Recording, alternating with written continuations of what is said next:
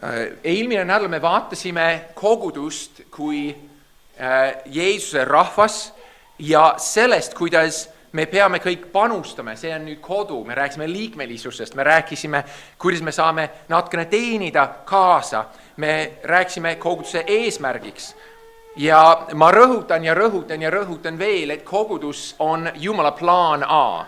Plaan B ei ole siin maailmas. Jumal ei plaani teha mingit uut asja, kogudus versioon 2.0. See on see. See on Jumala plaan E siin maailmas. Päästa inimesi, ehitada oma rahvast üles ja teha oma nime suureks, kogudus.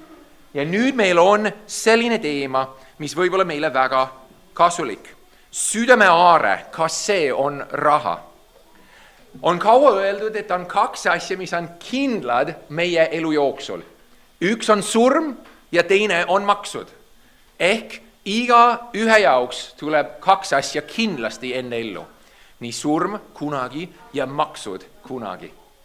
Ja meie jaoks kristlasena, meie jaoks surm on võib-olla see lihtsam osa, sest me oleme juba uskunud Jeesusesse, ta on juba võitnud surma, Jeesus on juba kandnud meie patud, me oleme juba võitjad koos Jeesusega ja surm enam ei ole meie vaenlane justkui, vaid me valitseme nüüd, me oleme võitnud koos Jeesusega.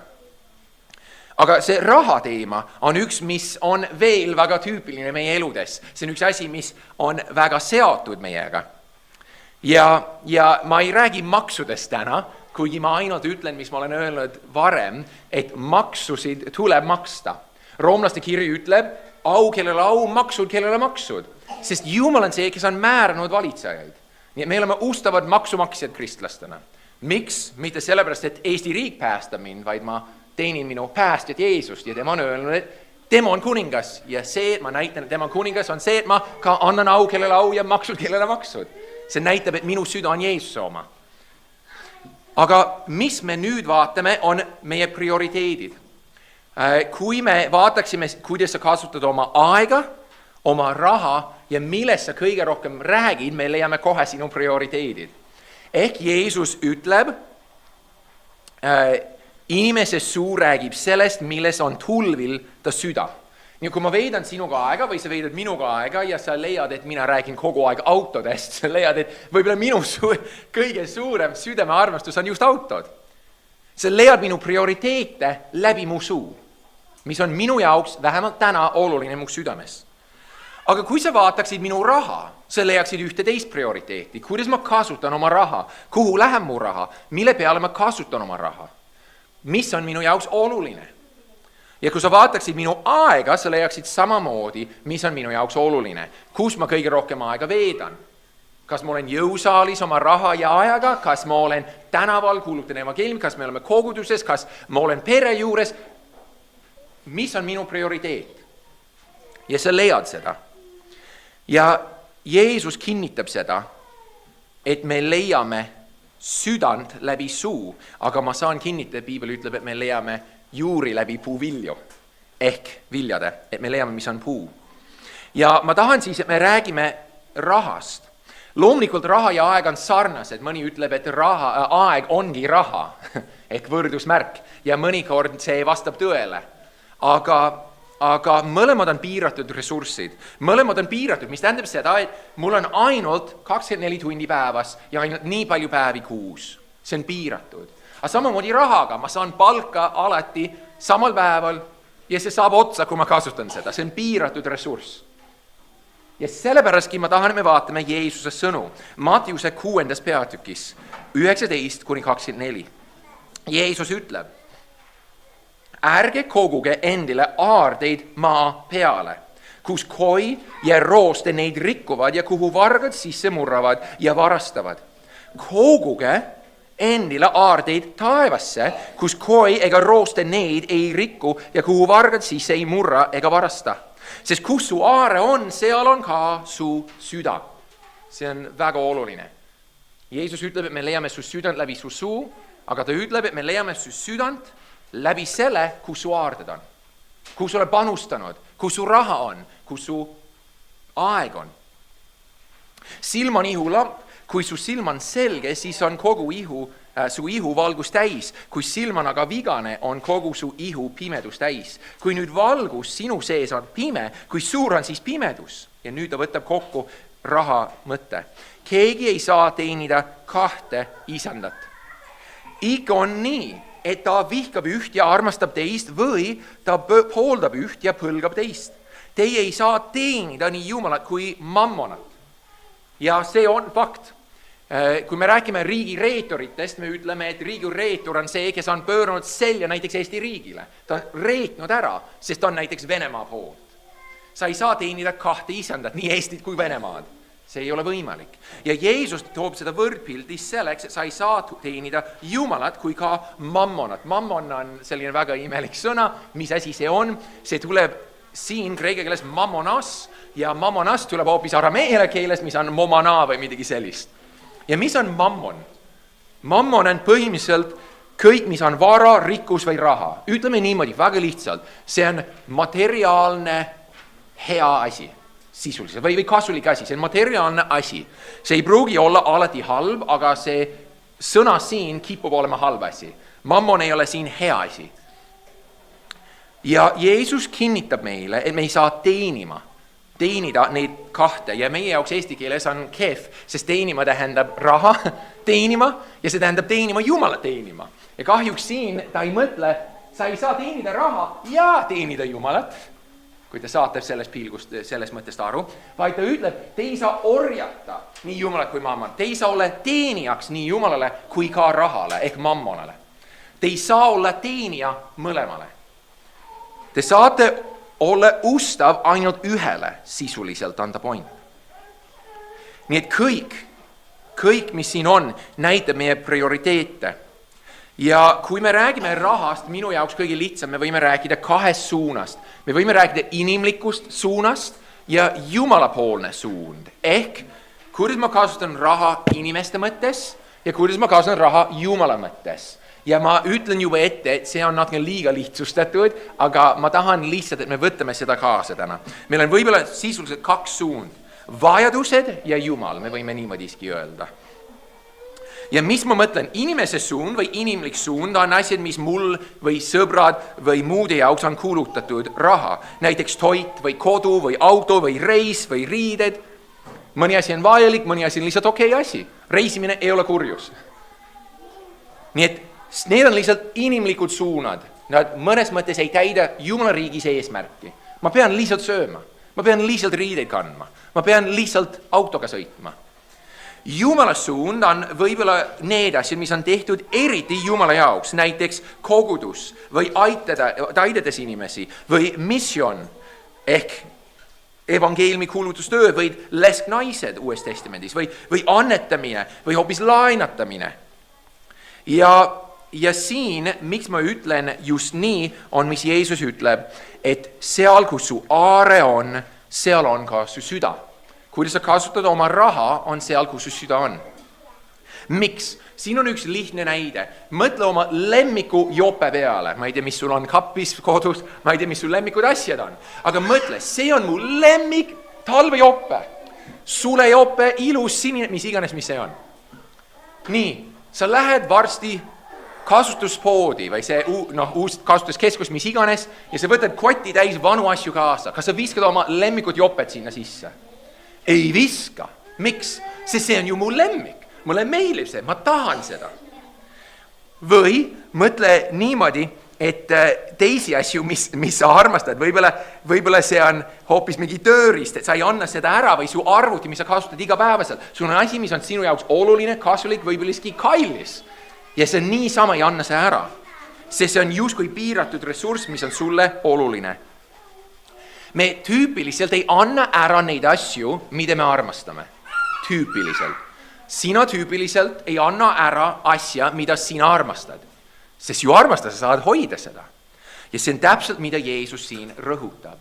Ma ei saa armastada siiralt raha ja Jumalat samal ajal. Sest kui kõik mu lojaalsus on raha juures, siis ei ole Jumala juures. See on see, mis ta toob. Ja ma tahan, et sa tead siis, kuidas raha või on Uues Testamendis kasutatud. Ja ma ei saa kõike rääkida ühe pühapäevaga ja ma ei plaani seda, aga ma tahan, et meil oleks ülevaade rahast. Sest raha iseennast ei ole kurjus. Raha on üks tööriist, samamoodi nagu kõik muud asjad. Esimese Timoteuse 5:8 Paulus kirjutab Timoteusele, kui aga keegi omaste ja kõige lähedasemate eest ei hoolitse, siis see inimene on salanud ära usu ja on halvem kui uskmatu. Fakt. See, et sul on raha, tähendab, et sa peaksid hoolitsema pere eest. See ei ole vale, et sa ostad riideid su lastele. See on õige hea asi. Kui sa ei hoolitse oma lähedaste eest, oma omaste eest, siis sina isegi ei ole kristlane, ütleb Paulus. Sa oled pöörnud selja usule. Sina kasutad oma ressursse inimlikus suunas ka õigesti, kui sa kannad hoolt oma omaste eest. See on õige asi. See ei ole vale, kui ma räägin inimlikust tasemest või suunast ja Jumala tasemest, ma ei räägi õigest ja valest. Sest siin on üks asi, mis meil on kõigil vaja teada. Ma ei tea, kas sa teadsid, aga Jumal hoolib väga, kuidas sina kasutad oma raha. Mõnikord me ostame jalanõud või mis iganes poistele ja Susanna ütleb, need on ikka päris kallid. Ja ma ütlen, meil on see raha, ostame ja täname Jumalat. Sest see on see süda, mis loeb, kuidas me raha kasutame. Me ostame neid asju, mis on vaja. Me ostame neid asju, mis on vaja, mis aitavad. Või 2 Thessalonika 3:10, sest ka siis, kui olime teie juures, ütleb Paulus, käskisime teid, kes ei taha töötada, ärgu ka söögu. Ehk, miks ma töötan? Et ma sööksin. Mul on raha, et süüa. Paulus ütleb, kui meil on kogudus, siis igaüks peaks töötama, et ta ei sõltuks teistest. Ja me töötame, et me saaksime süüa. See, et ma ostan Rimist süüa, on hea asi. Et ma ostan toitu. See on õige asi kristlase jaoks. See ei ole mingi ilmalik asi. Üks pastor ütles, et ta ükskord oli poes ja keegi nägi ja ütles, pastor, sa käid ka poes, va? No loomulikult pastor käib poes. Kõik oleme ju inimesed. Ja nii see on. Või 2 Timoteuse 4:13. Vaata, mis Pauluse jaoks on oluline, et ta saaks teenida isandat. Kui sa tuled, too kaasa mantel, mille ma jätsin kaprose juurde, trausesse ja raamatud, eriti ka pergamendid. Pauluse jaoks oli oluline, et oleks meie kontekstis paber. Miks? Ta kirjutas. Ja ta oli riideid, ta oli lausa mantel. Võib-olla see oli ta lemmikmantel, me lihtsalt ei tea. See ei ole vale, et meil on asju, me ostame asju. Mul on küsimus, mis asi on raha? Sisuliselt, mis on raha? Raha on üks tööriist, see on põhimõtteliselt kõik, mis see on. Vanasti sul oli lammas ja mul oli lehm ja sina tahtsid lehma ja ma tahtsin lammast ja me vahetasime ära. Aga nüüd meil on probleem, sest mina müün särke ja sul on lehm, aga mina ei taha su lehma. Aga sina tahad mu särki. Kuidas me nüüd vahetame? Sellepärast meil on raha vaja. Inimesed leidsid, et kuld ja teised asjad on väga väärtuslikud. Piiratud ressurss, et me saame vahendada või kaupelda nende asjadega, et me saaksime toimida. Nii et mina võtan minu asja, ma vahetan seda raha eest, ma võtan mu raha ja ma vahetan raha muu asja eest. Me kõik oleme leppinud kokku sisuliselt ühiskonnas, et see on normaalne viis, kuidas kaubelda, kuidas asju saada. Näiteks, kui sa sõitsid siia autoga, kas siin oled kunagi nullist teinud auto endale? Mina ei ole. Kuidas sa sõitsid? Kasutasid kütust? Kuidas sa kütust tegid? Ei tee. Kes tegi seda? Mul pole aimugi. Kuskil välismaal järelikult.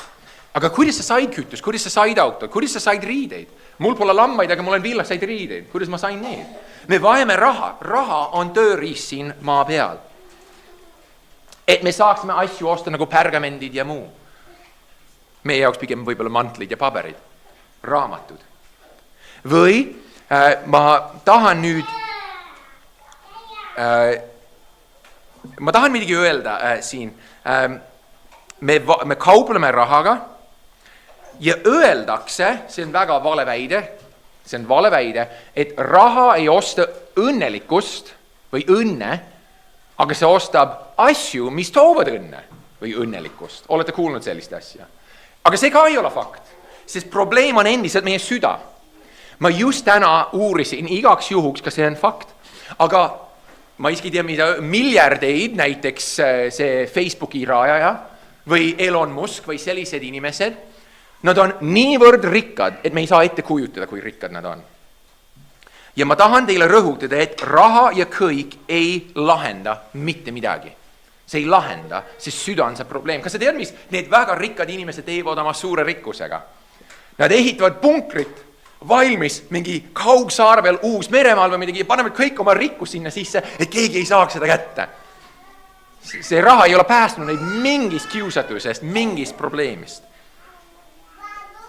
Esimese Timoteuse 6:10 ja kõige kurja juur, üldiselt öeldakse, igasuguste ehk kõik sugu kurja juur on raha armastus, sest iga kurjus ei tule rahast.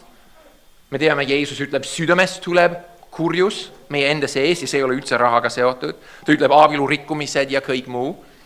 Nii et igasuguse kurja juur on raha armastus, sest raha ihaldades on mõnedki eksinud ära usust ja on ennese endale valmistanud palju valu. Ma tundsin ühte kristlast, mis oli nii kurb olukord, ta oli väga edukas kristlane. Ta oli korterid igal pool Euroopas, ta elas Tartus, ta teenis võib-olla 300 000 aastas. Ja ta lõpuks oli nii rikas mees. Ja ta ei teadnud, mida teha oma rahaga. Ta abielus, ma ei tea, kas see õige sõna on modelliga, ta ostis ilusa korteri oma jaoks ja ta kogu elu läks lihtsalt metsa. Sest kõik ta elu oli raha peale ehitatud. Ta unustas kõige olulisemat asja. Ja kui ma kirjutasin talle viimati, siis ta sai aru, et kõik oli nässu läinud. Ja ta väga tahtis isanda abi.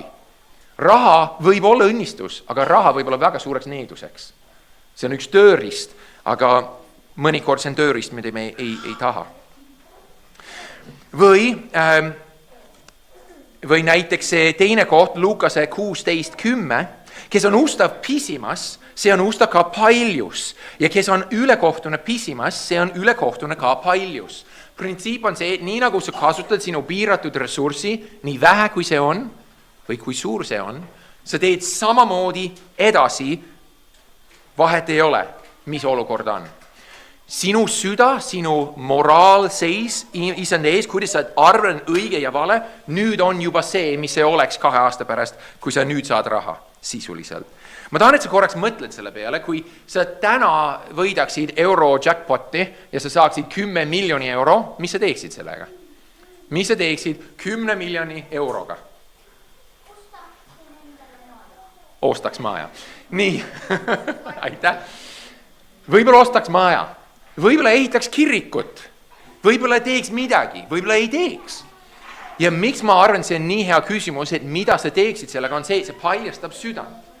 Kas ma käituksin samamoodi või mitte? Kas ma elaksin samamoodi siis, kui mul oleks 1 miljon, või kas ma elaksin taga teistmoodi? Kas ma ostaksin ainult uhkeid asju? Või kas ma elaksin tagasi hoidlikult edasi ja abistaksin inimesi? Kuidas ma nüüd elan siis, kui mul on rohkem võimalusi? See on väga oluline. Ja raha kunagi ei lahenda südant. Ma rõhutan, see ei lahenda kunagi südant. See on ikka see, et kuidas ma tahan elada. Ma tahan korraks rääkida aga midagi. Kas säästmine, raha säästmine on siis normaalne? Jeesus ütleb, et ma pean koguma oma raha sinna, kus miski ei saa seda kätte, aga pangas enam vähem ei saa.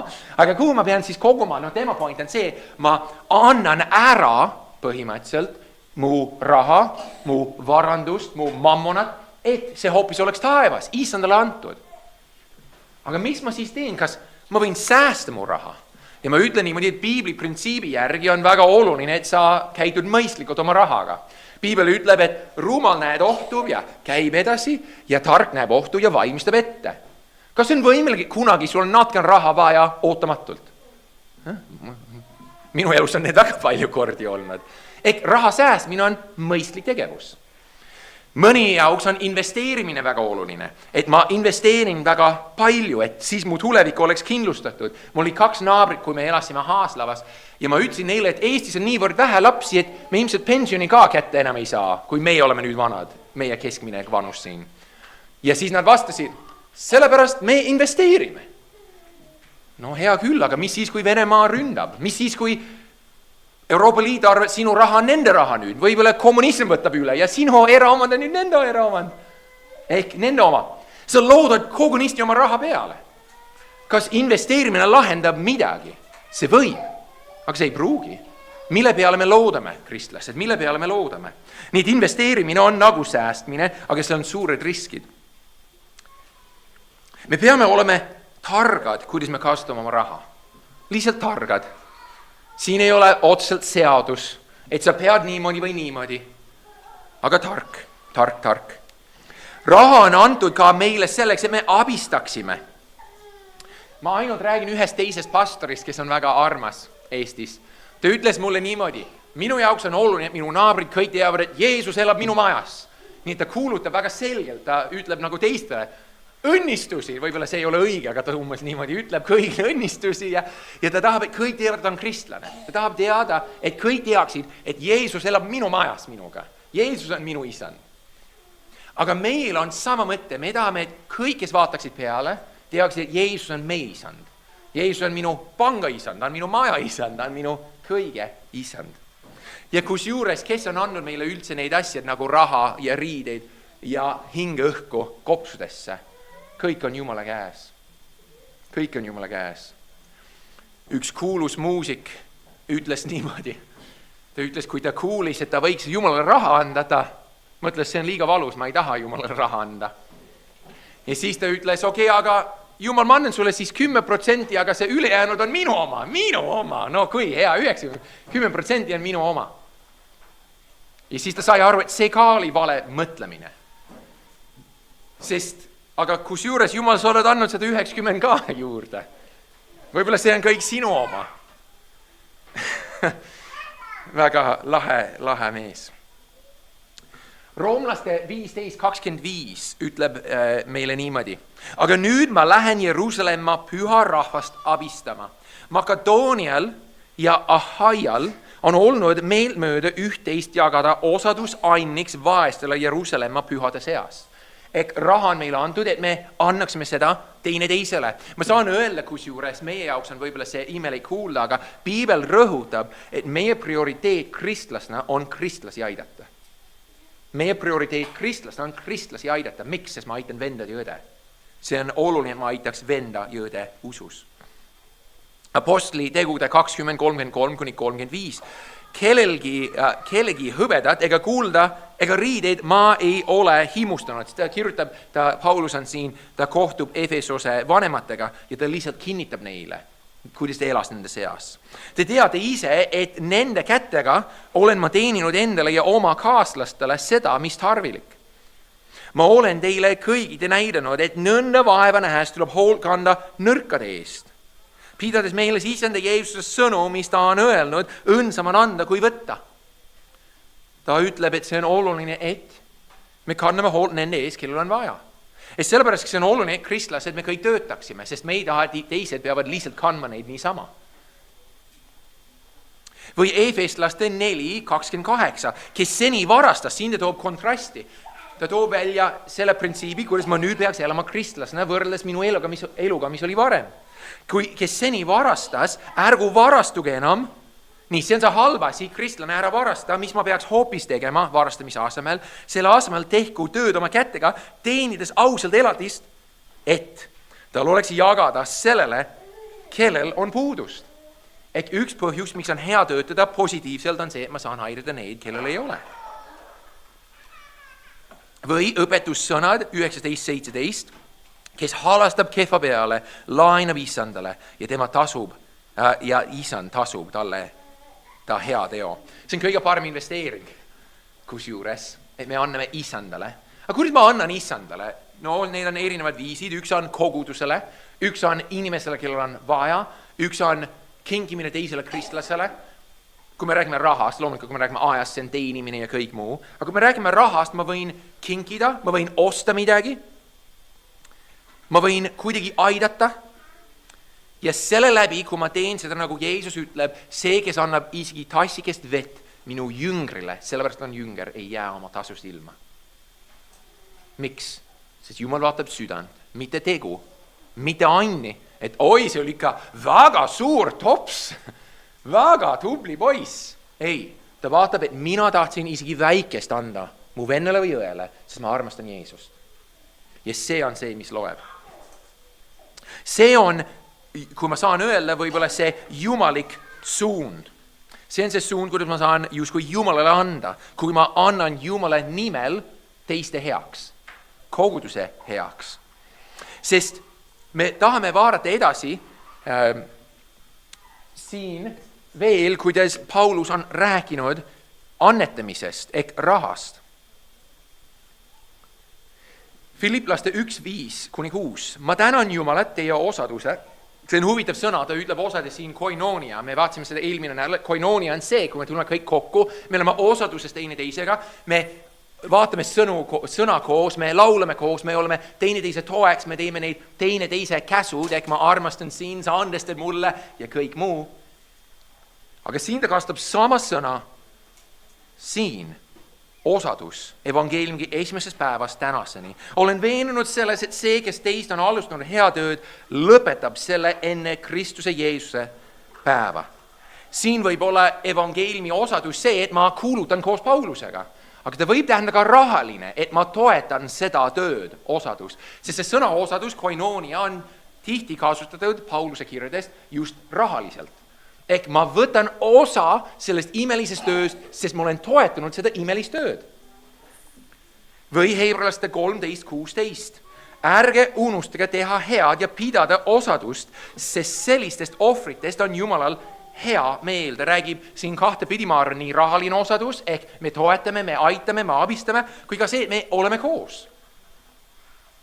Ja ma tahan lihtsalt rõhutada seda, et raha ei ole kõige olulisem asi, see on üks tööriist, nagu su jalanõud on tööriist siia kõndimiseks ja teised asjad maailmas, aga kuna see on piiratud ressurss, mida meie maailm kasutab, kiusatus on see, et kuidas ma kasutan seda õigesti. Jalanõuga on natukene lihtsam kasutada õigesti, kui sul just ei ole 50 paari jalanõud kappis, võib-olla see on vale kasutus. Aga rahaga on väga keeruline, sest see võib võtta meie emotsioone ja südant. Esimese Timoteuse 5:16, kui uskliku peres on lesknaisi, siis toetagu neid ja ärgu tulgu siis koormaks kogudusele. Ehk kui sul on perekonnaliikmed, kellel on vaja abista neid, ta räägib lesedest väga palju Timoteuse kirjast. Et koguduse üks eesmärk on leski aidata. Et kogudus võiks toetada neid, kes on lesknaised tõeliselt. Ehk üks põhjus, miks kogudusel on raha vaja, on see, et me saame abistada. Me saame abistada. Üks teine asi, miks osadus, see sõna on nii oluline, on see, et kui sa kunagi mõtled, et mis saab mu rahast, kui ma panen lihtsalt koguduse sisse, on ju, see suur pott nüüd raha, mis saab sellest? Mõnes mõttes see panustab igale poole. Sina, kui sa panustad siia, sa ostad meile toitu pühapäeval. Kui sa annetad kogudusele, sa annetad selleks, et me saame traktaate osta pühapäevaks, jagada evangeeliumi. Kui sa panustad rahaliselt kogudusse, sa annad seda võimalust, et meil oleks töötegijaid.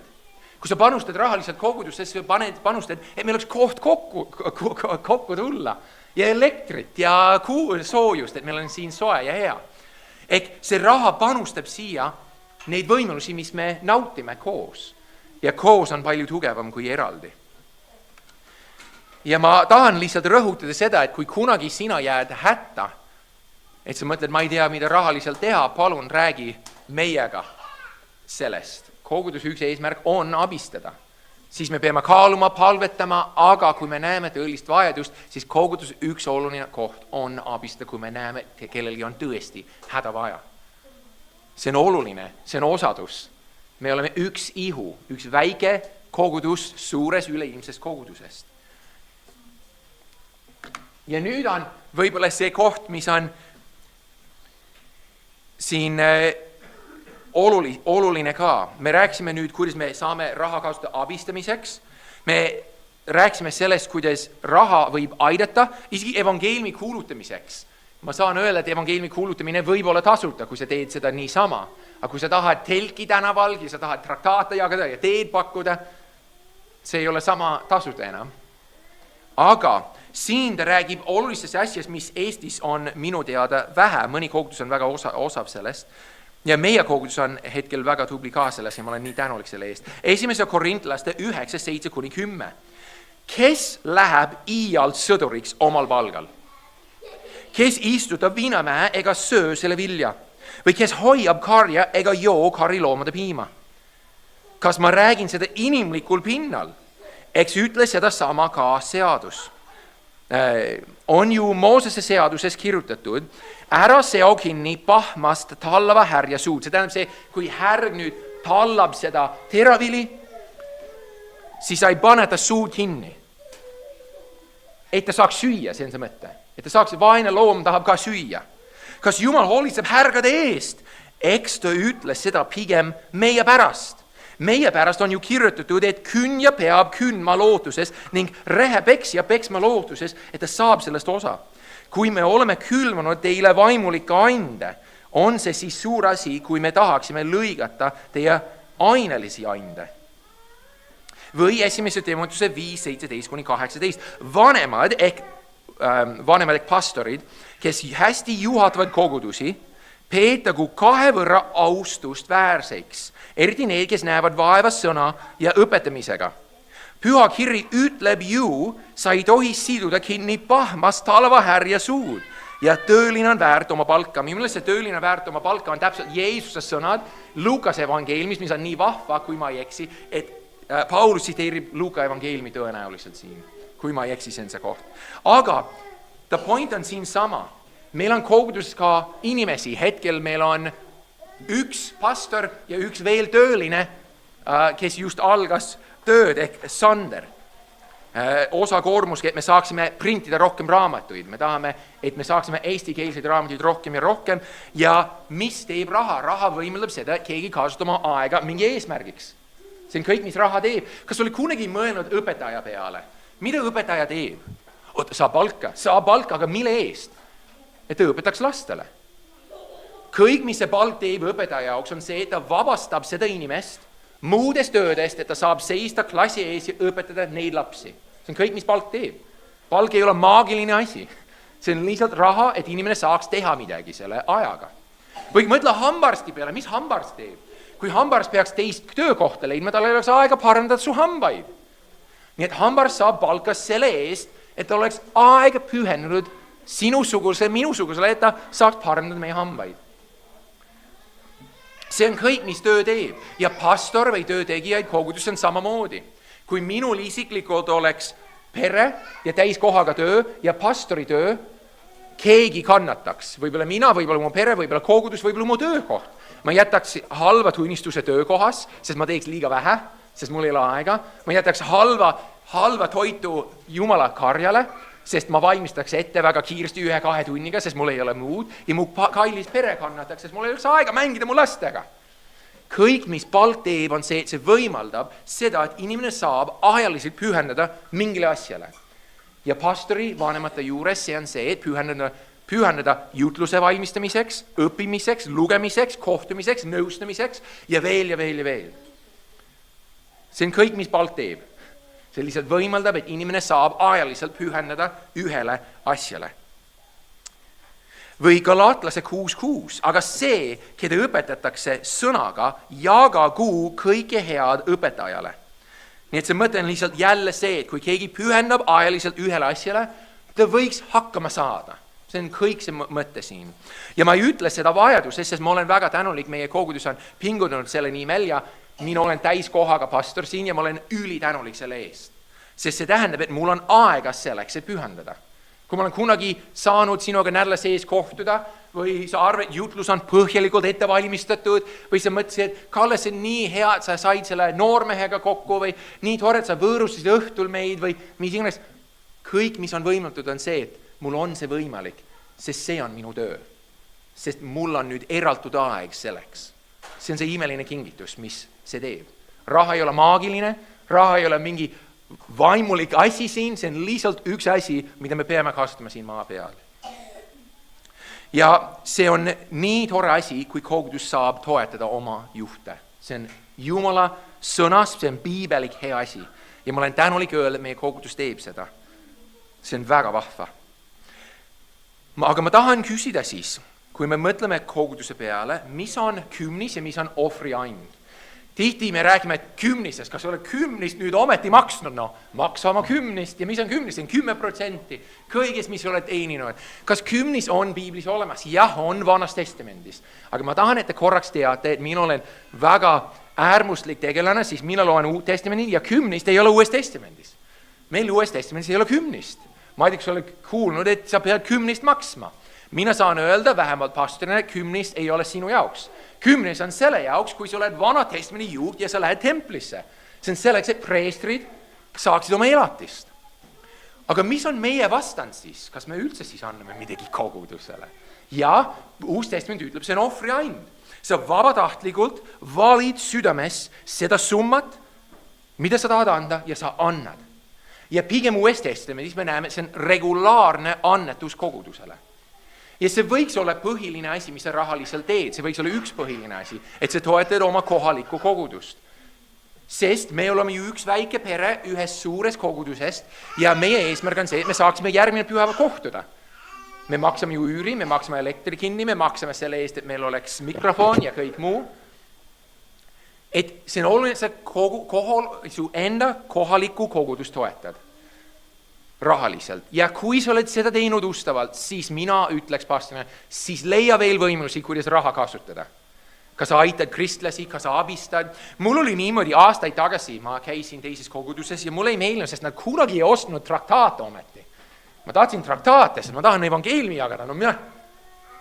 Nii et mina ei andnud üldse midagi kogudusele, ma ostsin lihtsalt traktaate kogu aeg.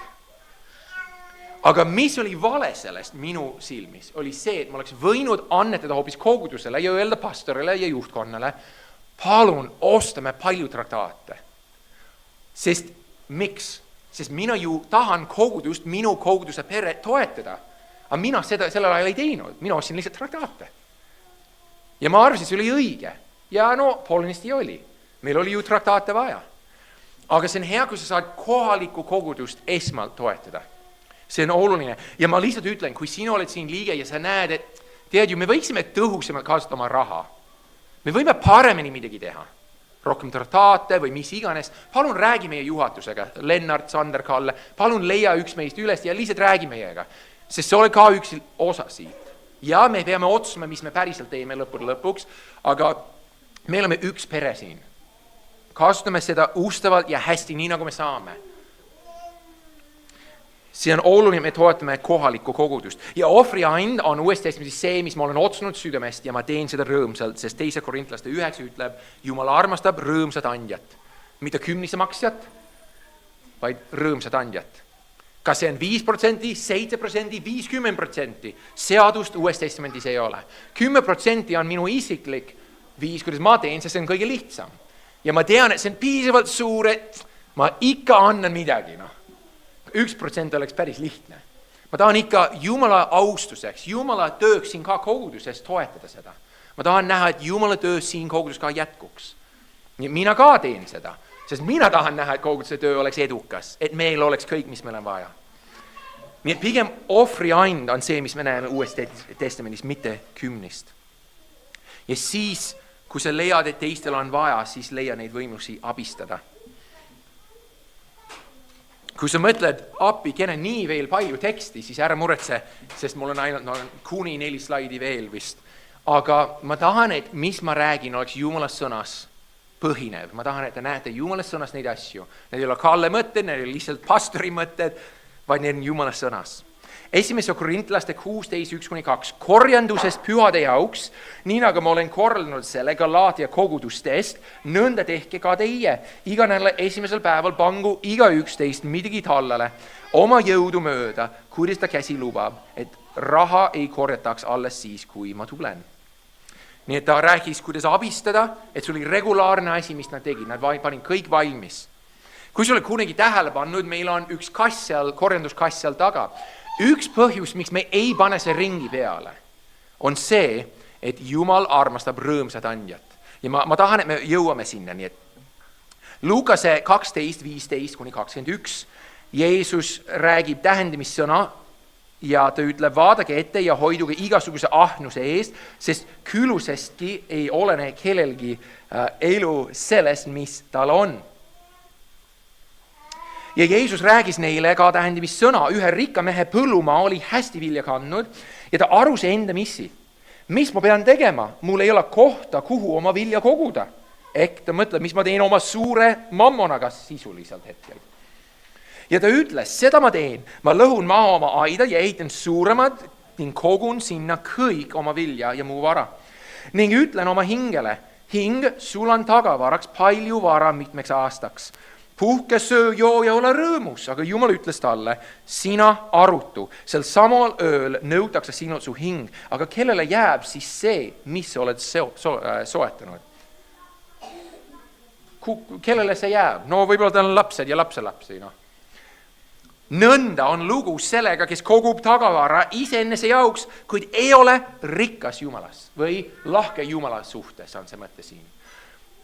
See ei tähenda, et kõik su raha tuleb kogudusele, aga sa võiksid mõelda, kuidas ma oleksin rikas Jumalas oma rahaga. Kuidas ma saan olla rikas Jumalas oma rahaga. Ehk kuidas ma saan Jumalale lahke olla. Ma olen nii tänulik. Meil oli üks õde seal USA-s, ma mäletan, ma abistasin teda ja siis ta andis mulle raha. Ma ütlesin, ei, ma palka ei taha, ta ütles, see ei ole palk, see on tänuohver issandale. No, ma ei saa ei öelda sellele, ma võtan su tänuohvri vastu, siis see oli issandale, läbi minu käed annab issandale justkui. Ma ei tea, sa teadsid, meie kogudust toetab 11 kogudust, mitte suure summaga, aga me toetame ühte noort kogudust, mis on hiljuti rajatud Leedus. Kas te teadsite seda? Me toetame Leedu põhimõtteliselt hiljuti rajatud kogudust. See eeldab seda, et me saame rahaliselt toetada. See ei ole suur summa, võib-olla Jumal lubab, et see suureneks kunagi. Aga see raha, mis kogudusel on, ei ole meile lihtsalt vaadata, kui palju raha meil võiks olla, aga kuidas me saame hästi seda kasutada, ka kogudusena. Ja me tahame olla siis lahked Jumala suunas. Nii, ma küsin siis, millal sina viimati andsid raha kogudusele? Millal sina viimati andsid raha vennele või õele, kellel oli abi vaja? Millal sina viimati kasutasid oma raha ohverduslikult kellegi heaks? Sest kristlane, meie peaks olema nemad, kes on lahked ka rahaga. Me teenime lahked Jumalat. Me peame olema ka ise lahked. Kogudus maksab üüri ja nii edasi, maksab kinni töölisi, abi kinni, see teeb evangeeliumi tööd, see õpetab meie lapsi pühapäeva koolis, see õpetab meid pühapäeval teenistusel, kogudus on vajalik osa sellest annetamisest, aga on teisi kristlasi, kes vajavad ka abi. Ja ma tahan kiiresti siis lõpetada selle pika asjaga ja ma lihtsalt ütlen seda väga kokku. Ma kunagi olin koguduses, kus oli edu evangeelium, et kui sa külvad oma raha, sa lõikad rohkem, noh. Ja üks kord pastor luges seda ja ta seletas ja ma tahan lugeda teile ja korraks 2 seletust anda juurde, et te saaksite aru, mis see ime siin on, see imelisus.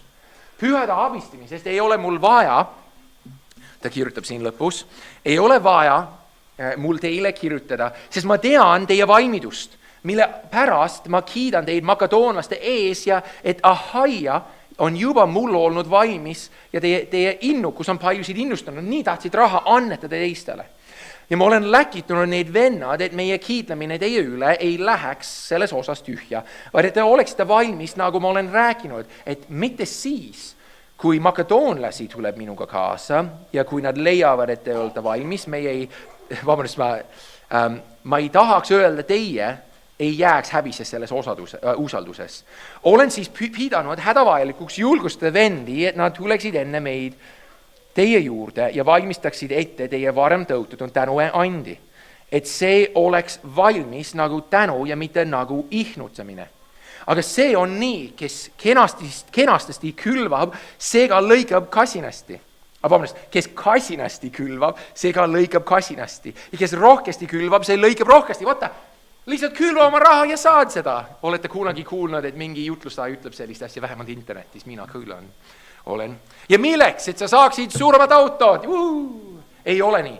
Mis Pauluse kogu point on see, et kui mina annetan ja abistan ja olen lahke oma rahaga teiste heaks, Jumal võib tõesti mulle anda veel peale, milleks, et ma abistan ja aitan veel edasi, aga võimsamal määral.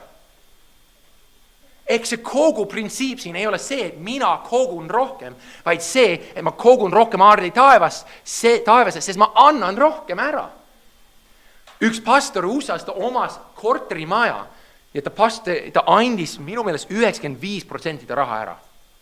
Sest ta teenis niivõrd palju, et ta suutis elada ainult 5% peal, mis ta teenis. See on väga eeskujulik. Ja mis Paulus ütleb, igaüks andku nii, nagu ta süda on lubanud, mitte nördinult või sunnitult, sellepärast me ei anna seda ohvrikassi ringi. Mina ei taha, et sina tunned, 10 sendi, ma pidin midagi andma. Ei, ta annab rõõmsalt, kas internetis sinna kasti või inimestele, kellel on abi vaja, rõõmsalt, sest Jumal armastab rõõmsat andjat. Jumal on vägev andma teile kogu armu rikkalikult, et teil ikka oleks kõige küladustelt ning et te oleksite rikkad iga teo tarvis. Miks Jumal annab mulle seda raha? Miks ta annab sulle veel rohkem?